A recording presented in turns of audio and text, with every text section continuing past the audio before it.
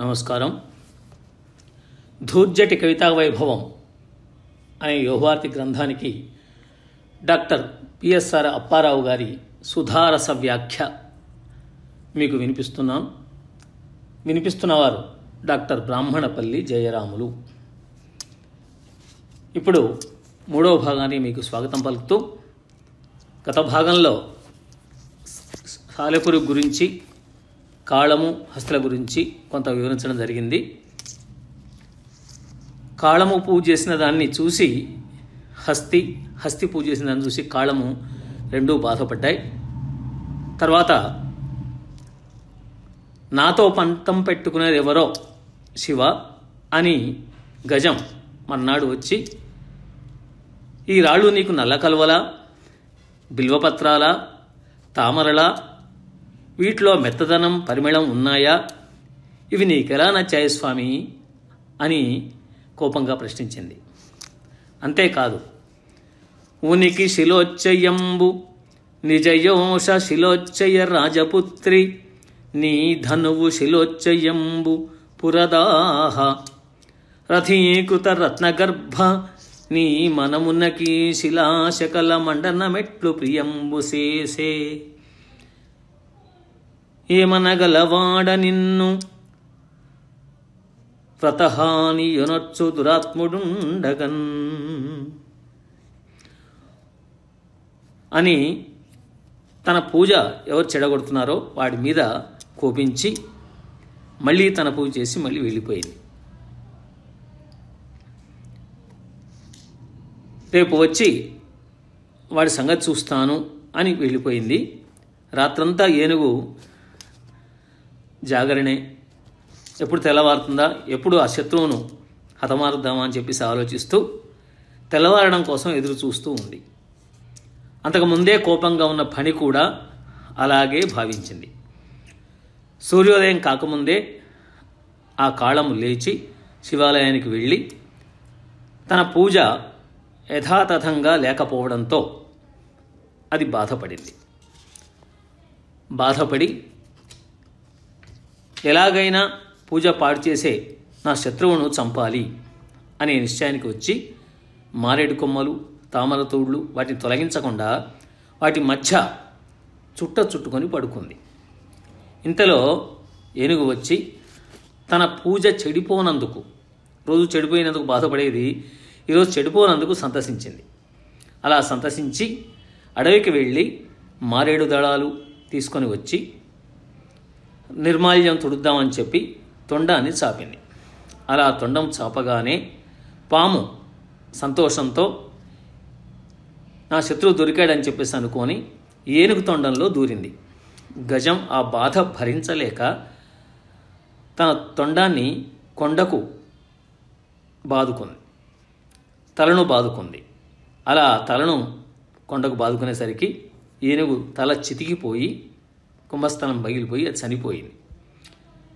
ఆ తొండంలో ఉన్న పాము కూడా చనిపోయింది. రెండు రుద్రగణాకారం పొందగా శివుడు వాటికి సాయుజ్య ముక్తిని ఇచ్చాడు. ఆ పాము, ఏనుగులే శ్రీకాళహస్తిలోని కాళము, హస్తి. ప్రియురాలని విడవలేక శివుని సేవించడం మరిచిన ఫలంగా కైలాసానికి దూరుడైన కాలనాగుడే ఈ కాళం. భవాని వల్ల శాపం పొందిన హస్తి అనే ప్రమథాగ్రణే ఈ హస్తి. శివునికి తన కన్ను సమర్పించిన వాడు తిన్నడు. ఇది మరో వృత్తాంతం. పొత్తపినాడు అడవి ప్రాంతంలో ఉడుమూరు అనే ఒక బోయపల్లె ఉండేది. నాథనాథుడు దాని నాయకుడు. వాని భార్య తందే. వారి కుమారుడే తిన్నడు. పుట్టుకతోనే శివభక్తుడు. పెద్దయ్యాక పరివారంతో వేటకు వెళ్ళిన తిన్నడు బాగా అలసి నిద్రపోగా కలలో సమీపంలో లింగం ఉంది, దాన్ని భక్తితో సేవించు అన్నాడు ఒక దివ్యపురుషుడు. నిద్రలేచి ఎదురుపడ్డ ఒక అడవి పందిని తరుముకుంటూ వెళ్ళిన తిన్ననికి ఆ శివలింగ దర్శనం అయింది. దాన్ని చూసి ఆనందించి సాష్టాంగపడి, నా తల్లివి, తండ్రివి, స్నేహితుడివి నువ్వే స్వామి అంటూ తన వారిని పంపించి దొప్పలలో మాంసం తెచ్చి శివునికి ఆరగింపు పెట్టాడు. శివుడు కదలలేదు. తాను ఒక్కడే ఉన్నాడు. తన వాళ్ళందరూ పంపించాడు. నువ్వు ఆరగించకుంటే నేను బతకడం ఎందుకు స్వామి? నీ పాదాలపై పడి ప్రాణాలు విడుస్తాను అని తిన్నడు ఏడవడం మొదలుపెట్టాడు. అలా ఏడవగా అతని మూఢభక్తికి శివుడు ప్రసన్నుడై ఆ నంజుళ్లను ఆరగించాడు. అలా అడవిలో తిరుగుతూ శివుని సేవిస్తున్నాడు ఆ తిన్నడు. ఆ శివుని కులదైవంగా పూజించే బ్రాహ్మణోత్తముడొకడు తాను రోజు అలికి ముగ్గుపెట్టి అలంకరించే ఆ గుడిలో ఎంగిలి మంగళాలు దొప్పలు ఉండడం చూసి దుఃఖించాడు. ఇలా 7 రోజులు చూసి బాధపడి 7 రోజులు గడిచిన తర్వాత అతని సహనం నశించింది. శివునిపైనే కోపం వచ్చింది. ప్రాతలు మీద గప్పిన కృపామతి నోర్చితి, నీచు పొత్తునన్ ప్రాతిమెయ్యి మెసంగితివి, భక్తుడు కుంటెన పంపబోతి, మైపూతయునర్చుకొంటి శవభూతి, కపాలమున్ భుజించితి, ఈ రోతలు పెక్కులుండ ఇవి రోయుదువే ఇక భక్తవత్సలా అంటూ ఎత్తిపొడిచాడు. ఆ పాపాత్ముడెవడో నాకు చెప్పు, లేకుంటే నేను తిండి మాని ఇక్కడే ప్రాణం విడుస్తా అని అతడు ప్రతిజ్ఞ పూని అక్కడే ఉన్నాడు. శివుడు ప్రసన్నుడై తిన్నడు మూఢభక్తితో తనను పూజిస్తున్నాడని, అతని పూజను నువ్వు కూడా ఒకచోట దాక్కొని ఉండి చూడమని చెప్పాడు శివుడు. తర్వాత తిన్నడు వచ్చి యథావిధిగా నంజుళ్లను సమర్పించాడు.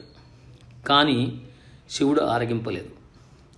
తిన్నడు పరిశీలించి చూస్తే శివుని ఒక కంటి నుంచి నీళ్లు కారుతూ ఉన్నాయి. దానికి తిన్నడు ఆందోళన పడి అనేక చెట్ల మందులు తీసుకొచ్చి వేసినా ఫలితం కనిపించలేదు. ఆ కంటి వెంట నెత్తురు కారడం భరించలేక తన ఒక కనుగుడ్డు పెకలించి శివుని కన్నుపై పెట్టాడు. అది అతుక్కొని అందంగా కనబడింది.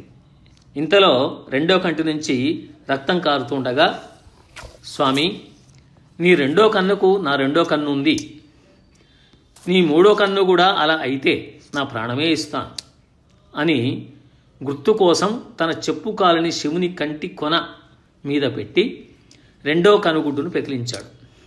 అప్పుడు శివుడు ప్రత్యక్షమై తిన్ననికి ఆ బ్రాహ్మణుడికి కైవల్యం ఇచ్చి తనలో కలుపుకున్నాడు. కన్ను అర్పించిన ఈ తిన్నడే శ్రీకాళహస్తి చరిత్రలో ప్రసిద్ధికెక్కిన కన్నప్ప.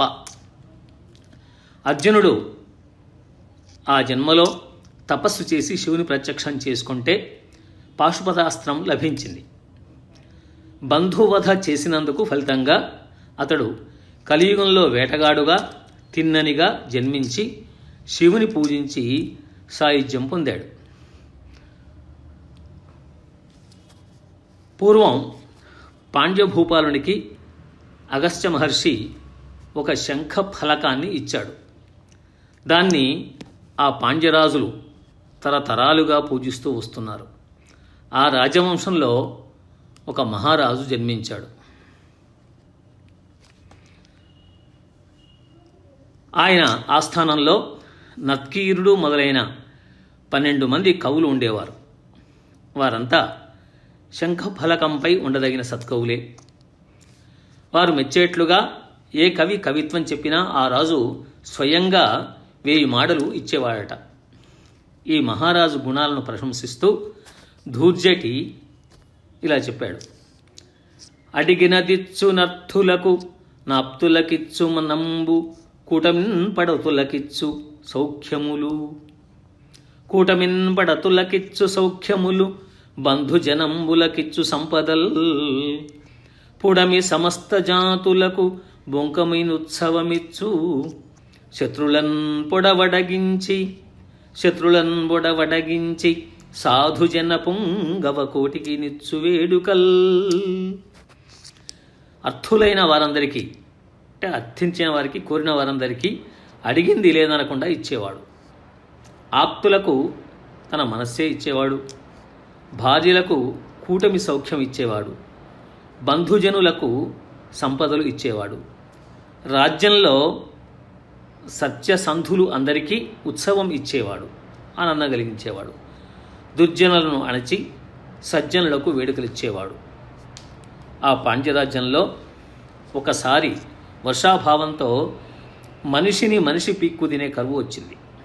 దాన్ని భరించలేక ఒక హరద్విజుడు ఎక్కడికైనా వెళ్ళిపోదామని అనుకుంటూ ఉండగా శివుడు అరవ భాషలో పాండ్యరాజుపై ఒక పద్యం రాసి ఇచ్చి దాన్ని రాజ్యసభలో చదివితే రాజు 1000 మాటలు ఇస్తాడు. నీకు అవసరాలు తీరుతాయి, ఈలోగా కరువు పోతుంది, పంటలు పండుతాయి అని నచ్చజెప్పి సభకు పంపించాడు. అతడు సభలో దాన్ని వినిపించగా నత్కీరుడు దానిలో ఒక దోషాన్ని చూపించాడు. అప్పుడు ఆ బ్రాహ్మణుడు నాకు ఆ శివుడే దీన్ని రాసిచ్చాడని, తప్పొప్పులు తనకు తెలియవని చెప్పి తిరిగి వచ్చి శివునితో నిన్ను నమ్మిపోయినందుకు సభలో అవమానం జరిగింది. నత్కీరుడు నన్ను తప్పు పెట్టాడు, నాకు బాధ కలిగింది తండ్రి అని చెప్పి మొరబెట్టుకున్నాడు. అతడు నిర్వేదంతో ఇలా అన్నాడు, నా భాగ్యం బిటులుండగా తుది నినున్నత్కీరుందూరగానే భావ్యంబు ఇక చాలు నిక్కరవు చేనిట్లయితి నెందైన కాని భైక్షంబున కుక్షి బ్రోచుకొని దీనిందిచ్చినే వత్తు దేవా భద్రంబగు నీకు నన్ననుపవే అని ప్రార్థించాడు. ఇలా ప్రార్థించిన ఆ భక్తుడికి హరద్విజుడికి శివుడు ఏం చెప్పాడో ఏం జరిగిందో మనం వచ్చే భాగంలో మళ్ళీ చూద్దాం. ఇది సశేషం. తర్వాతి భాగంలో మళ్ళీ కలుసుకుందాం. స్వస్తి.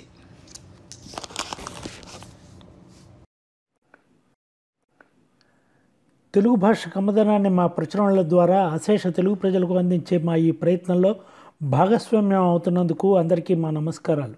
మా ఈ యువభారత్ సమర్పిస్తున్న ఈ శ్రవణ సంచికలు మీకు నచ్చుతున్నాయని ఆశిస్తున్నాము. మీరు అధిక సంఖ్యలో లైక్ చేస్తూ బెల్ గుర్తుపై నొక్కి సబ్స్క్రైబ్ చేస్తూ మమ్మల్ని ప్రోత్సహిస్తున్నందుకు మా ధన్యవాదాలు. అలాగే మీ బంధుమిత్రులతో షేర్ చేస్తున్నందుకు మా కృతజ్ఞతలు. మరి చివరగా ఈ కార్యక్రమంపై మీ అభిప్రాయాలు కామెంట్ బాక్స్లో వ్రాసి మా కార్యక్రమాల క్వాలిటీని పెంచుకోవడానికి సహకరిస్తారు కదా.